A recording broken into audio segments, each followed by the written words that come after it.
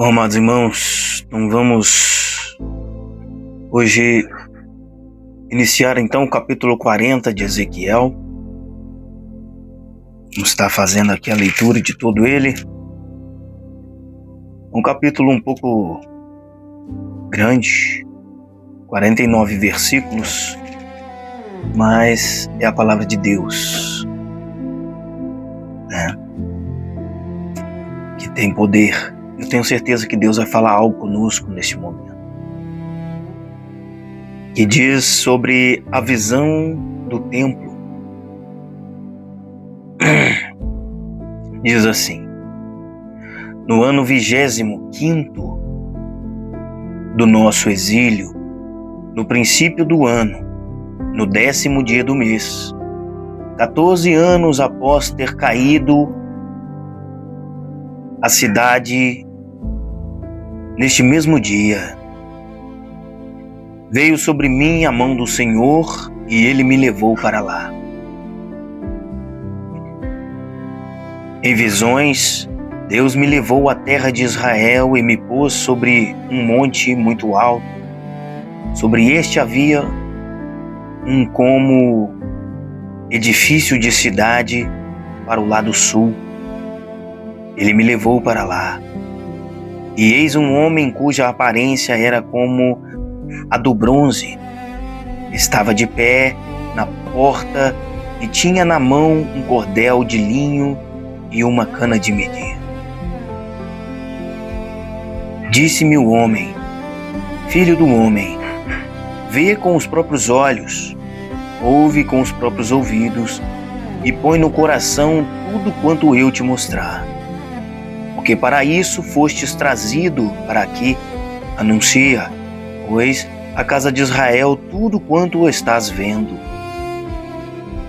Vi um muro exterior que rodeava toda a casa e na mão do homem uma cana de medir de 6 côvados, cada um dos quais media 1 côvado e 4 dedos.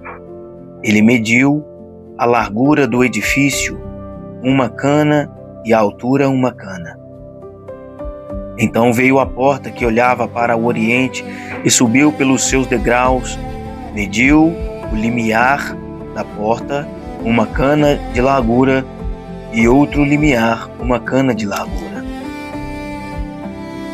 Cada câmara tinha 1 cana de comprido e 1 cana de largura. O espaço entre uma e outra câmara era de 5 côvados. O limiar da porta, junto ao vestíbulo da porta interior, tinha 1 cana. Também mediu o vestíbulo da porta interior, 1 cana. Então mediu o vestíbulo da porta, que tinha 8 côvados, e os seus pilares, 2 côvados, e o vestíbulo, olha, do interior da casa para a porta. A porta para o lado oriental possuía 3 câmaras de cada lado, cuja medida era a mesma para cada uma. Também os pilares deste lado e do outro mediam o mesmo. Mediu mais uma largura da entrada da porta, que era de 10 côvados. A profundidade da entrada, 13 côvados. O espaço o espaço em frente das câmaras era de 1 côvado, e de 1 côvado o espaço do outro lado. Cada câmara tinha 6 côvados em quadrado. Então mediu a porta desde a extremidade do teto de uma câmara até a da outra, 25 côvados de largura, e uma porta de fronte da outra. Mediu a distância até os pilares, 60 côvados, e o átrio se estendia até os pilares em redor da porta. Desde a dianteira da porta da entrada até a dianteira do vestíbulo da porta interior havia 50 côvados. Havia também janelas com fásquias fixas superpostas para as câmaras e para os pilares, e da mesma sorte para os vestíbulos As janelas estavam à roda pela parte de dentro, e nos pilares havia palmeiras esculpidas. Ele me levou ao átrio exterior, e eis que havia nele câmaras e um pavimento feito no átrio em redor. De frente deste pavimento havia 30 câmaras. O pavimento ao lado das portas era a par do comprimento das portas, era o pavimento inferior.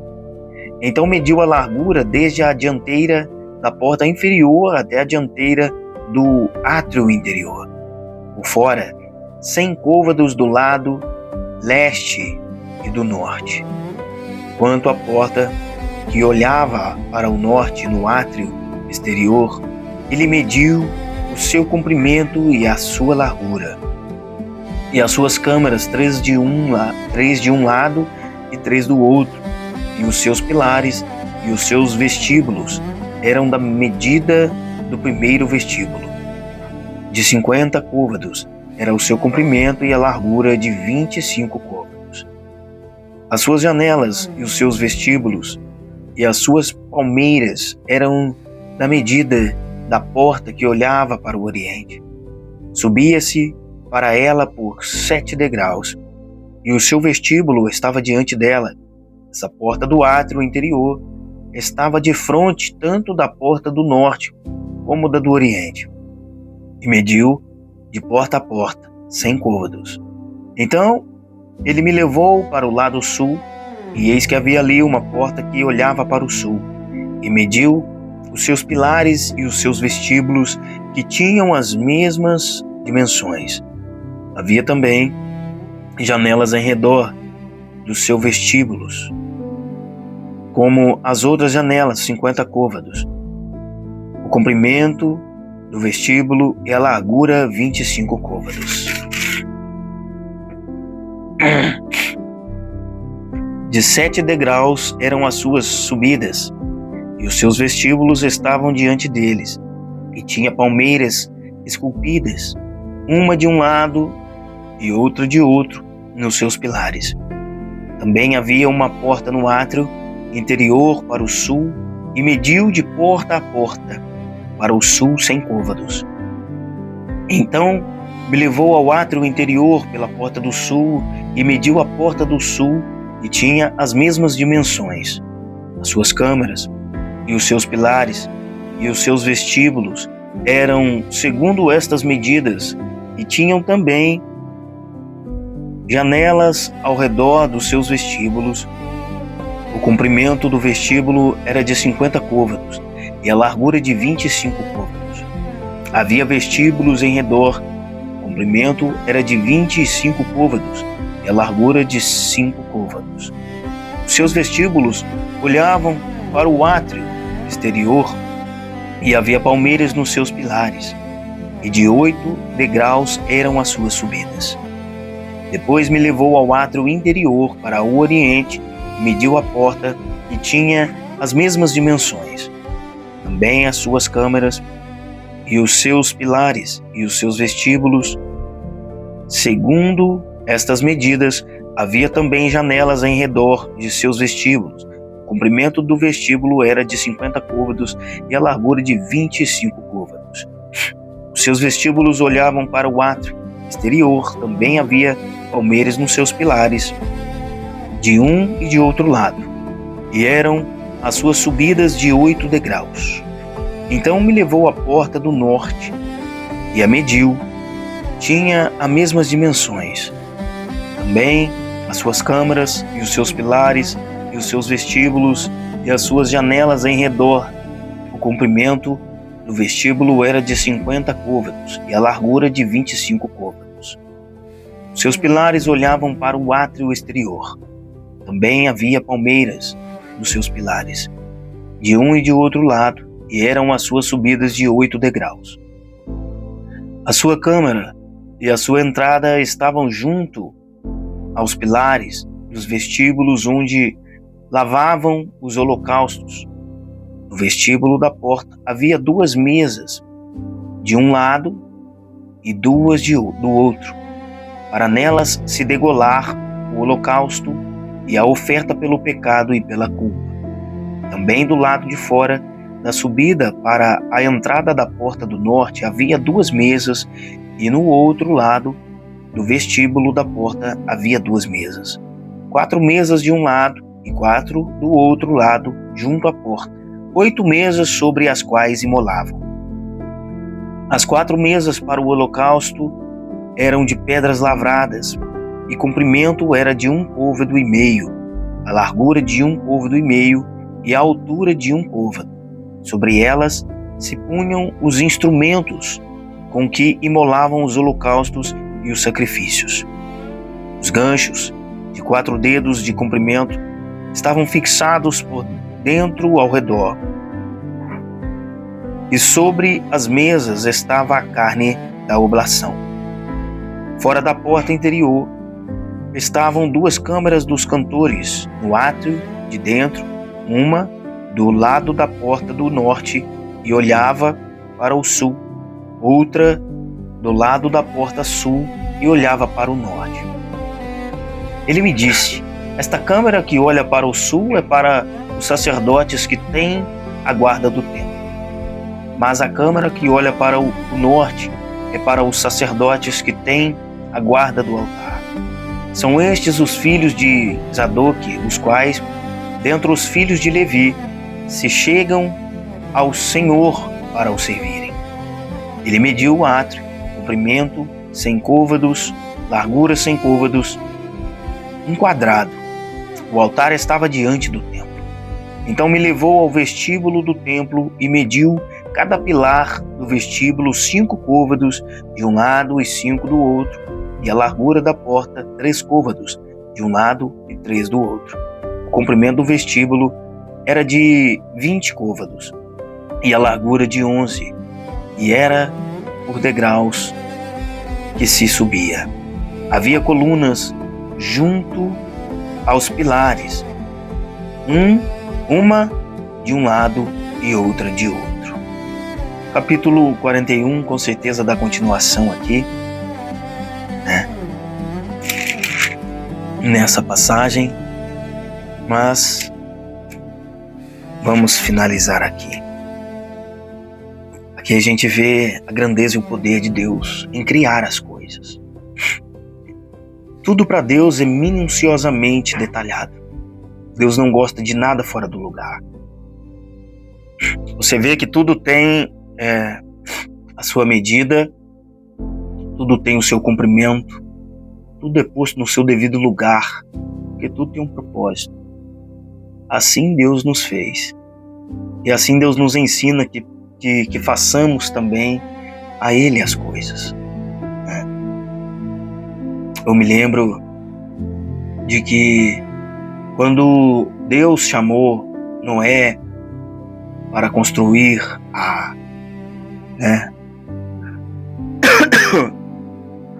assim, então, a arca, que viria ali a salvá-los, posso assim dizer, do dilúvio e também os animais, Deus passou a ele também as medidas, todas, altura, comprimento, tamanho, o lugar exato das janelas e tamanho, tudo. Deus passou para ele e o capacitou para fazer. A grandeza de Deus também a gente vê quando o mesmo ele fez para que Salomão viesse então a fazer o templo, que foi chamado Templo de Salomão. Deus passou todas as medidas, os tecidos, os pesos do ouro, das pratas, tudo que foi feito foi cuidadosamente calculado por Deus. Então, às vezes a gente acha que a nossa vida está fora do lugar. Às vezes a gente acha que tudo que está acontecendo é nossa culpa, é erro, é falha. A gente olha dessa forma. Mas tenha em mente uma coisa. A Bíblia fala que Deus tem o controle de todas as coisas em sua mão. Então acredite que não está nada fora do lugar. É claro que a diferença entre aquilo que você planta e você vai colher, entre aquilo que está fora do lugar. Se eu estou plantando algo ruim, é claro que eu vou colher coisas ruins. Se eu estou vivendo no pecado, e é claro que Deus não quer isso, eu vou colher coisas ruins. Mas Deus sempre nos dá direção. Ele sempre quer que estejamos no lugar certo, de forma certa, para que Ele possa também nos usar. E como isso? Através da palavra. Todas as medidas para que nós venhamos a viver conforme Deus nos ordena, está na Bíblia. Todas as medidas sobre santidade, sobre vestes, sobre construir uma vida santificada diante de Deus, está na palavra do Senhor. Ele já deixou aqui toda, posso assim dizer, engenharia, sabedoria, para que venhamos a viver conforme a palavra. A Bíblia fala que nós somos templo do Espírito Santo. E como que um templo é construído? Feito por medidas. Mas não foi o homem quem construiu, foi a mão de Deus. Então Deus não errou em fazer você. Deus não errou em te escolher para servi-lo, para buscá-lo, para louvá-lo, seja de qualquer forma, eu digo, seja com a tua voz, seja com o violão,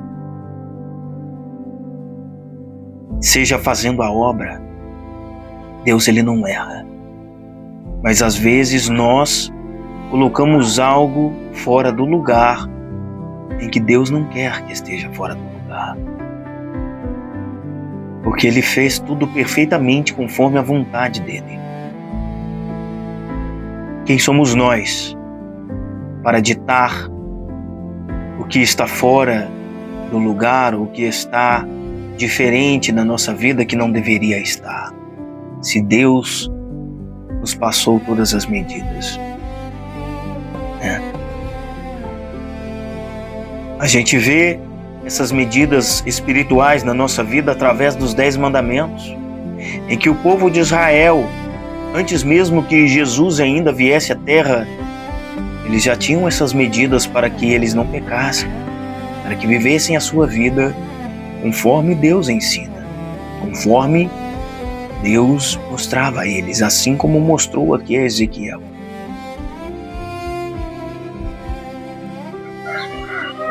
Mas nós temos recebido estas coisas, mas não temos feito conforme o Senhor passa para a gente. Se Deus ensina, um exemplo aqui, sexo fora do casamento é pecado, para que eu vou viver dessa forma? Sabemos que a nossa carne, ela almeja o prazer. Mas eu bem sei que isso vai contra a lei de Deus. Eu estou fora das medidas. Você já parou para pensar que se uma pessoa que constrói um prédio, ou até mesmo Salomão, que construiu o templo com as medidas exatas que Deus deu a ele, se ele, por ele ser sábio, que Deus deu a ele sabedoria, ele olhasse para o templo e falasse, não, esse pilar, para mim, está gastando muito ouro, muita madeira, eu quero diferente. Eu vou diminuir aqui e vou aumentar ali. Isso poderia gerar uma ruína no templo inteiro. É isso que o pecado causa na nossa vida. A queda, a ruína, a morte. Que através da medida errada, através da visão errada, em que às vezes nós temos, é só um pecadinho, é só uma murmura, é só uma reclamação, é só um beijo quente demais, mas os pensamentos estão desejando o prazer sexual, a mãozinha boba já está caminhando pelo corpo, E você acha mesmo que Deus não vê? Se a palavra de Deus nos ensina que Ele sonda o nosso coração.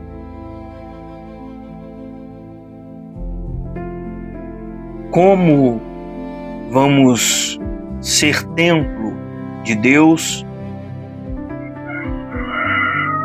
com as medidas certas se não obedecemos a lista, posso assim dizer, que é a palavra de Deus que Ele nos passou para fazermos conforme a palavra dele? Pergunte a um engenheiro, ou se você talvez entenda um pouco ou conheça sobre isso, se até mesmo o concreto não tem a medida certa para não trincar, se você colocar mais areia ele fica fraco, se você colocar muito cimento ele também fica duro demais e racha, justamente porque endureceu mais do que precisava.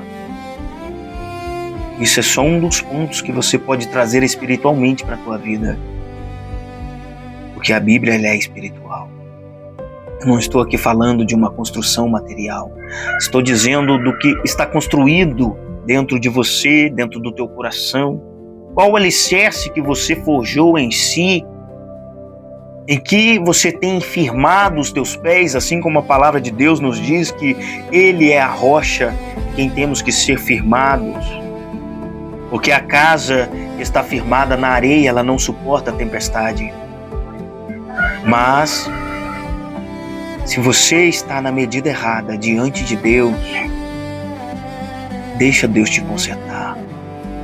Deixa a palavra de Deus trabalhar no seu coração, ainda que talvez doa em você, ainda que talvez seja difícil ser confrontado, ser quebrado o seu ego, sobre algo que você não queira deixar do seu pecado de estimação, mas que você sabe que está errado. Você sabe que quando você volta para Deus, Ele te perdoa, mas a Bíblia nos ensina que pior é para aquele que é conhecedor da palavra e permanece no pecado. Deus, Ele conserta, sim, mas Ele também é justiça. Aquilo que planta, você colhe. Deus não se deixa escarnecer. É claro que Ele vai te perdoar, mas você vai sofrer o preço daquilo que você plantou. Porque os nossos pecados só Ele poderia pagar, e Ele pagou o preço. Carregou sobre si todas as nossas iniquidades, para que hoje tenhamos liberdade. Construa em você um templo que agrade a Deus. Construa um altar de sacrifício dentro do seu quarto. Não para, como aqui é representado, que naquela época eles faziam sacrifícios, imolavam para o seu pecado, para oblações, para agradecer a Deus. Hoje não precisamos disso, porque Deus foi como o cordeiro, né? Jesus foi como o cordeiro mudo para o matador, para pagar pelos nossos pecados. Então nós não precisamos fazer como a era antiga, mas nós temos, né, que nos redimir na presença do Senhor, dobrar o nosso joelho, humilharmos diante dele, pedir perdão e não tornar mais a pecar. Nós temos que orar como Davi, pedindo para que Deus forje em nós um espírito reto, inabalável, né? Para que Ele não se retire de nós o teu espírito, porque somos pecadores. Mas temos que perseverar na presença de Deus, em buscá-lo, em almejá-lo cada dia mais, para que Ele construa em nós aquilo que nós não podemos construir, porque não é pela nossa força. A salvação não é pela força, não é por quanto eu sei da palavra, não é por quanto eu passo orando, né? às vezes 1 hora, tem gente que ora 2, 3. Isso sim te aproxima de Deus quando você abre o teu coração verdadeiramente. Mas não é o que te salva. A salvação ela é pela graça.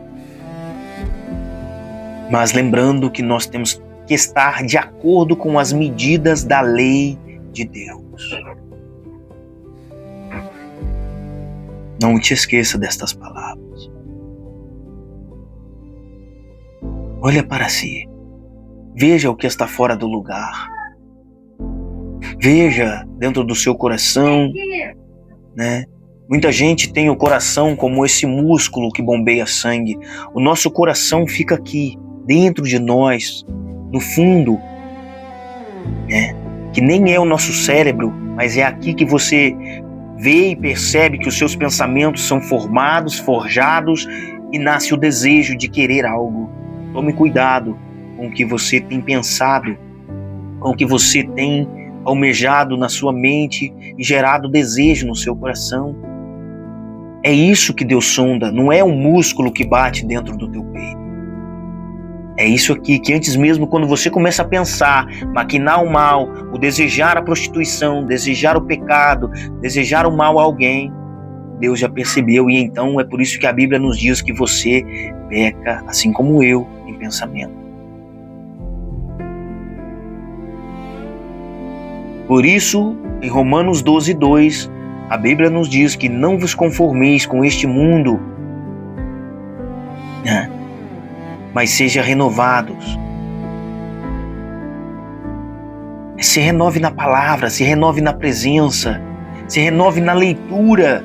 E Deus trabalha através da palavra dele, que você lê todos os dias. Deus vai forjando novos pensamentos, um caráter reto em você, vai colocando as medidas dele no teu coração, e você vai ser então discípulo de Deus. Porque Ele te ama. Ele quer construir isso em você. Ele quer endireitar para que você não venha a ruir, não venha a perecer. Amém? Então aprenda mais na Bíblia. A Bíblia diz que erramos por não conhecer o poder, né? E a palavra. Conheça mais de Deus através da leitura. Tira um pouco mais do seu tempo. Às vezes olhamos tanto no celular, tantas coisas que não se deve por horas e nem percebemos o quanto tempo perdemos. Mas quando paramos para ler a Bíblia por 15 minutos, um capítulo sequer por dia, às vezes parece, eu não tenho tempo, eu estou cansado, eu estou com dor, como se a Bíblia te cansasse, como se Deus cansasse a tua presença. Como se fosse Deus que cansasse você. Como se fosse Deus que tomasse o seu tempo. Não, o tempo ele é tão precioso que se você parar para pensar, só esses minutos que a gente está aqui refletindo, aprendendo mais de Deus, ele já não volta mais. Mas o que a gente aprende de Deus, a gente pode carregar para toda a nossa vida. Se revestindo de toda a armadura para que possamos resistir às ciladas do diabo. É isso que Deus quer de nós. Mas deixa Deus construir em ti, com os alicerces dele, da palavra, porque ele é a nossa fortaleza. Amém? Que Deus te abençoe e a paz seja com você.